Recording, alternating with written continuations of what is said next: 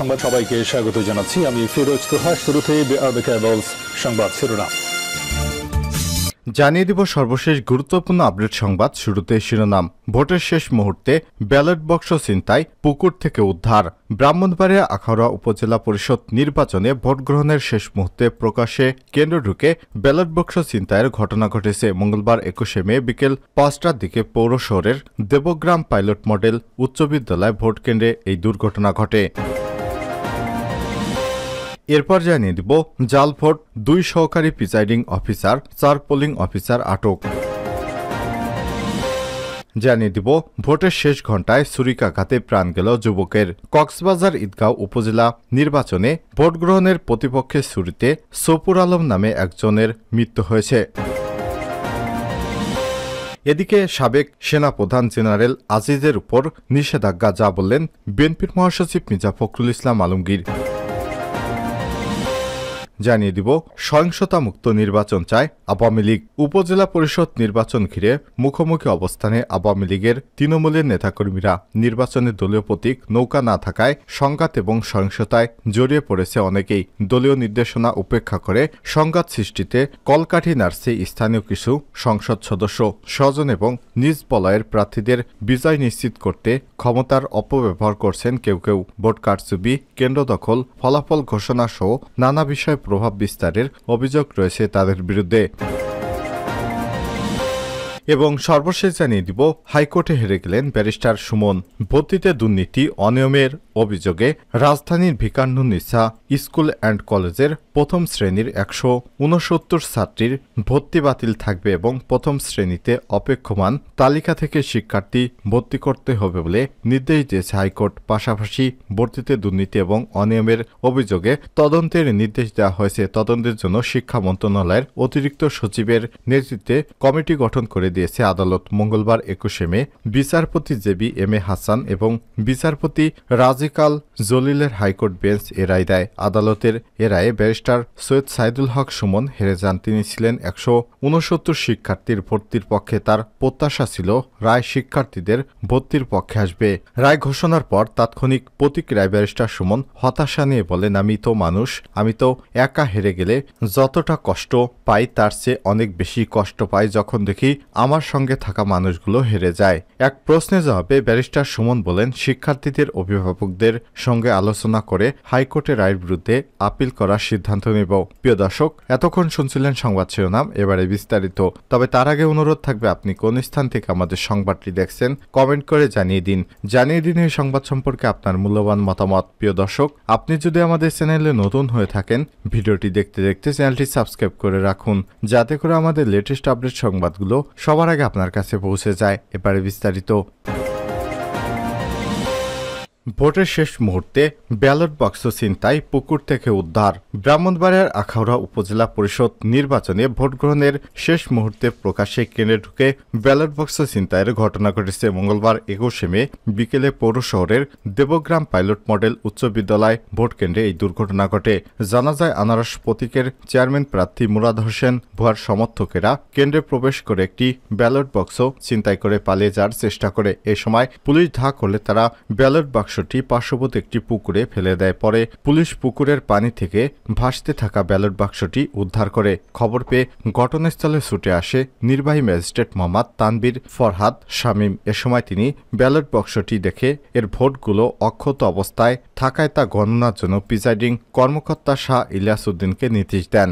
আজ উপজেলা দ্বিতীয় ধাপের নির্বাচনে সারা দেশে শান্তিপূর্ণভাবে নির্বাচন হয়েছে বলে দাবি করেছে নির্বাচন কমিশন ইসির ভাষ্য মতে আজ দ্বিতীয় ধাপে উপজেলা পরিষদ নির্বাচনে 30% ভোট পড়েছে। তবে বিএনপির নেতাদের অনেকেরই দাবি, এবার দ্বিতীয় ধাপের নির্বাচনও দেশের জনগণ ভোট বর্জন করেছে। প্রথম ধাপের মতো এবারও দেশের সাধারণ জনগণ ভোট দিতে আসেনি। আওয়ামী লীগের পক্ষ থেকে বলা হচ্ছে সুষ্ঠুভাবে নির্বাচন হয়েছে।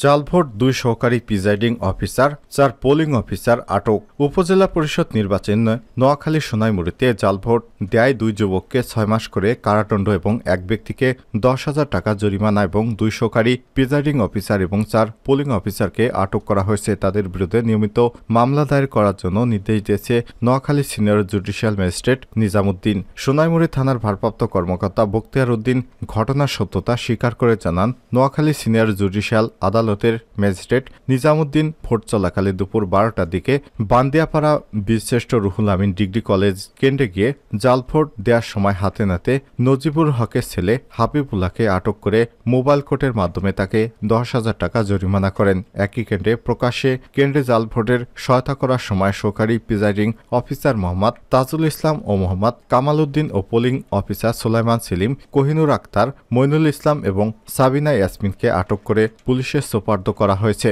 আদালতে এই 4 জনের নামে নিয়মিত মামলা করার জন্য সোনাইমুড়ি থানার ভারপ্রাপ্ত কর্মকর্তাকে নির্দেশ দেন। সোনাইমুড়ি থানার ওসি এ খবরের সত্যতা নিশ্চিত করে বলেন, মামলা প্রক্রিয়াধীন রয়েছে। মামলার পর এই 4 জনকে নোয়াখালীর চিফ জুডিশিয়াল ম্যাজিস্ট্রেট আদালতের মাধ্যমে কারাগারে পাঠানো হবে। তিনি বলেন, একই দিনে পদিপাড়া নজরুল একাডেমি কেন্দ্রে বেলা 11টার দিকে জাল ভোট দেওয়ার অপরাধে সজীব এবং ইমন নামে 2 যুবককে ভ্রাম্যমাণ আদালত 6 মাস করে কারাদণ্ড দিয়ে কারাগারে প্রেরণ করেছে।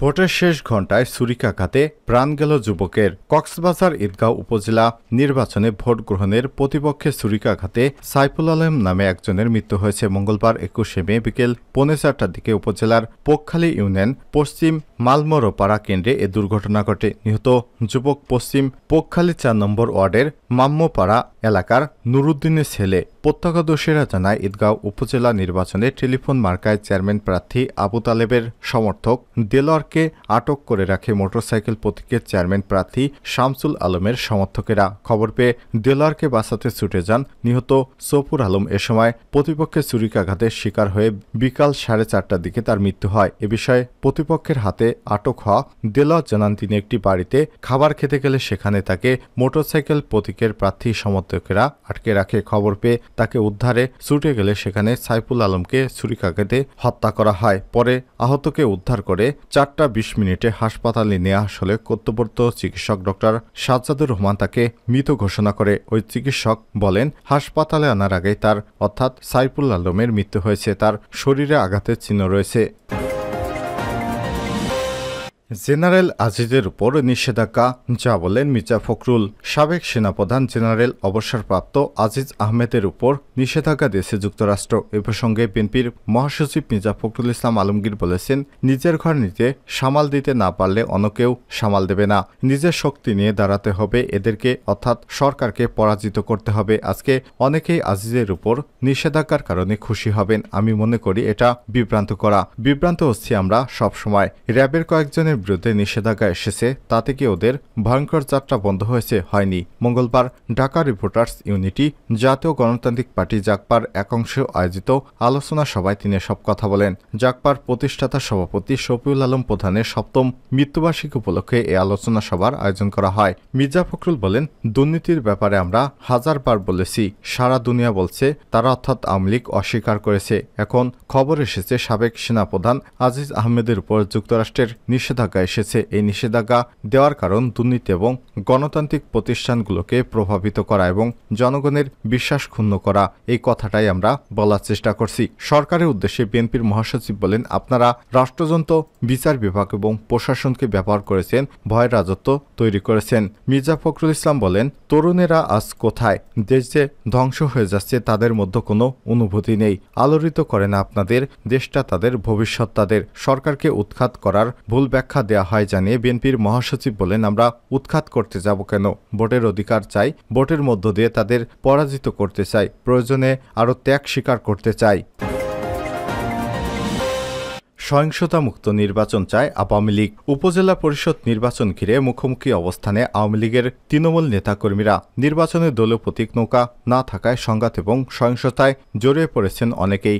দলীয় নির্দেশ উপেক্ষা করে সংঘাত সৃষ্টিতে কলকাঠি নাড়ছে স্থানীয় কিছু সংসদ সদস্য। স্বজন এবং নিজ বলয়ের প্রার্থীদের বিজয় নিশ্চিত করতে ক্ষমতার অপব্যবহার করছেন কেউ কেউ। ভোট কারচুপি, কেন্দ্র দখল এবং ফলাফল ঘোষণা সহ নানা বিষয়ে প্রভাব বিস্তারের অভিযোগ রয়েছে তাদের বিরুদ্ধে। এ অবস্থায় দ্বিতীয় ধাপে নির্বাচন সংঘাত সহিংসতা মুক্ত দেখতে চায় শাসক দল। দলের কেউ যেন সংঘাতে জড়িয়ে না পড়ে সেজন্য ভোটের সার্বিক পরিবেশ মনিটর করবেন দলটির কেন্দ্রীয় নেতারা। ইতিমধ্যে দল থেকে বেশ কয়েকজন সংসদ সদস্যকে দেওয়া হয়েছে সতর্কবার্তা। নেতারা বলছেন দলের কেউ প্রভাব বিস্তার করলে এবং সংঘাত সহিংসতায় জড়িয়ে দলীয় ঐক্য নষ্ট করলে অভিযুক্তদের বিরুদ্ধে সাংগঠনিক ব্যবস্থা নেওয়া হবে।